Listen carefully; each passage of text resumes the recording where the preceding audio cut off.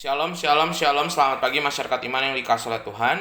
Hari ini kita bersyukur untuk kebaikan Tuhan dalam hidup kita. Dan biarlah apa yang terjadi kemarin, baik itu hal-hal yang rasanya berat, ataupun hal-hal yang biasa-biasa saja, atau bahkan mungkin hal-hal yang kita syukuri, boleh menjadi peringatan kepada kita untuk mengingat bahwa Tuhan selalu senantiasa menopang dan mendampingi kita melewati setiap pergumulan di depan mata.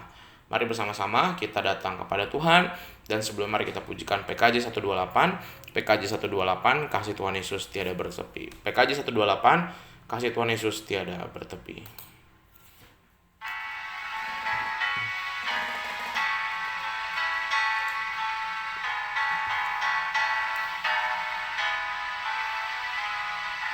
Kasih Tuhan Yesus tiada bertepi, lebar panjang tinggi, dalam tak terpi. Walau melampaui akal kita yang fana, dengan orang kudus kena kasih yang kekal.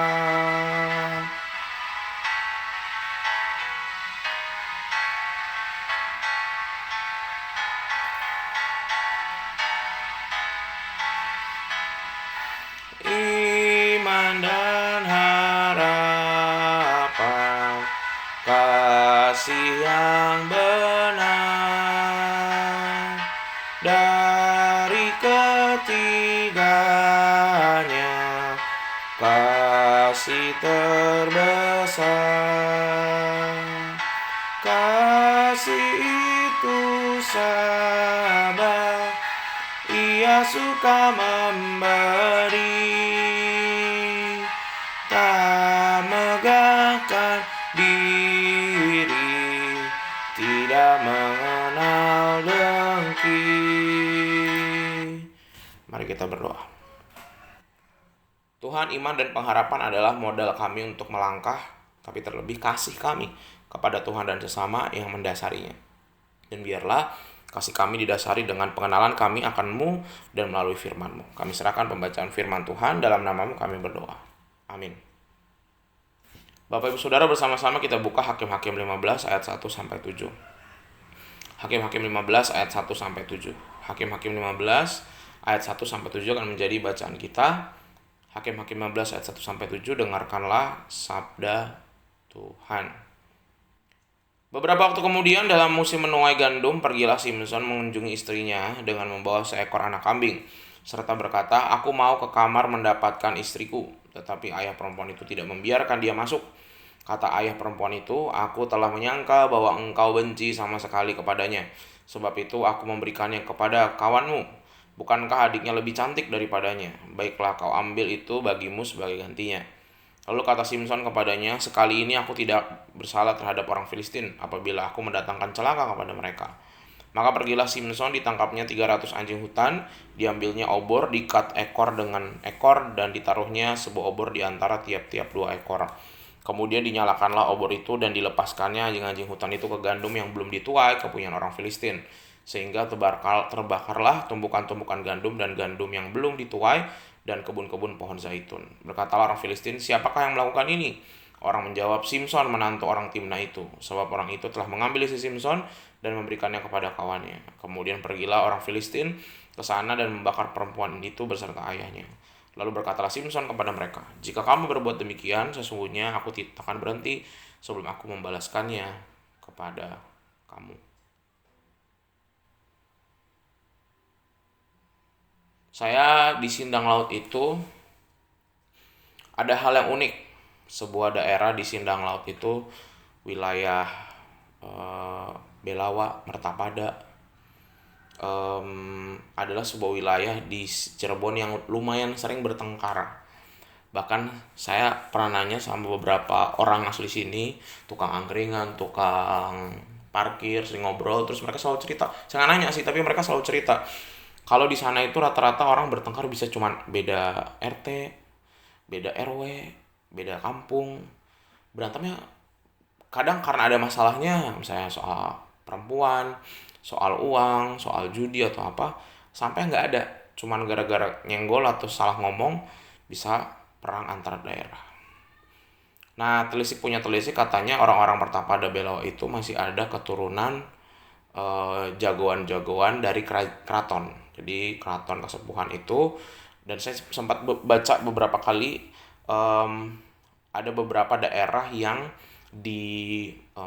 diberikan kepada abdi-abdi dalamnya. Ada kan di sekitar keraton itu ada abdi dalam yang bagian juru masak, abdi dalam bagian pelayan. Nah, para pejuang atau petarung ditaruhnya agak jauh supaya mereka bisa berlatih perang dan berlatih kemampuan fisik. Nah, tapi daerah ini sering berantem, makanya akhirnya setelah masuk tahun 1700-800-an apa ya, itu mulai didirikan pesantren juga gitu, supaya si petarung-petarung ini nggak berantem aja, tapi mereka juga dididik secara spiritual. Karena beberapa kali, setiap kali habis berantem, bahkan beberapa kali masih ada sampai saat ini, dan muncul juga di surat media kabar di Cirebon itu, misalnya orang Kanci, orang Pertapada Belawa itu bertengkar, geng-geng motor sampai bacok-bacokan gitu. Dan kadang-kadang mereka karena membalas, jadi kami ngelakuin itu karena sebelumnya teman kami diserempet, nah terus dia balas lagi serempet. Karena pada akhirnya dendam itu seperti lingkaran setan. Dendam itu hanya akan menuntut balas dan tidak pernah ada ujungnya. Dendam tidak akan berakhir. Berbeda dengan pengampunan. Nah, dalam bacaan kita juga, Simpson bertengkar dengan mertuanya. Selain karena mereka juga beda bangsa, beda kebudayaan, beda cara, sebenarnya mereka nggak saling suka, mertua sama mantu ini. Dan sebenarnya Tuhan udah larang. Dan memang Tuhan juga kepada bangsa Filistin ingin memberikan sebuah pengajaran. Sehingga terjadilah ini. Tapi masalahnya Simpson tidak bisa mengendalikan diri. Mertuanya pun tidak bisa. Akhirnya saling balas sampai akhirnya jadi korban banyak. Yang jadi korban sampai tadi hektaran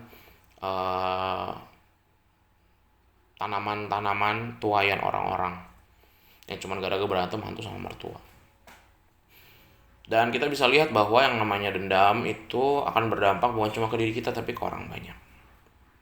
Nah, Bapak Ibu Saudara, pertanyaannya, bagaimana dengan kita? Mungkin kita nggak seberani orang-orang Belawa Pertapada, para petarung-petarung jawara-jawara dari keraton. Mungkin kita nggak sekuat Simpson juga, dan seberani dia sampai bawa anjing hutan 300 dilepas, dan anjing hutannya ditaruh di ekornya juga ditaruh api supaya kebakar semua. Tapi bukankah kita punya dendam-dendam yang saat ini masih kita simpan? Dan mungkin kita tidak langsung membalas, tapi kita membalas dengan hati dan pikiran. Mungkin kadang-kadang kita tanpa sengaja mengatakan, nah nanti lihat aja. Kita memberikan kutuk-kutuk kecil yang sebenarnya tidak boleh harusnya dilakukan oleh anak-anak Tuhan. Karena hati-hati, kutuk itu akan kembali kepada diri kita. Kutuk itu akan kembali kepada orang jahat. Orang jahat itu bukan cuma orang lain, bisa juga kita. Ketika kita udah tidak sesuai dengan kehendak Tuhan, jadi orang jahat.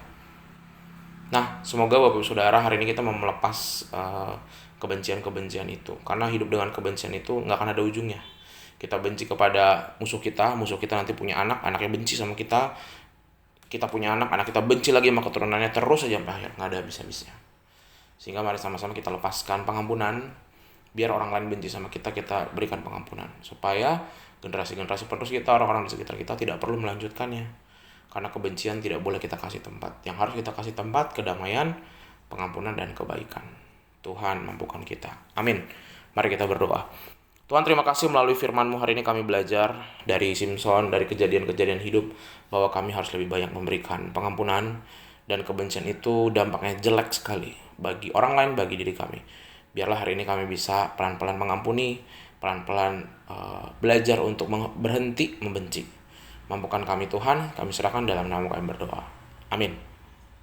Selamat pagi, Tuhan Yesus memberkati, tetap bersemangat.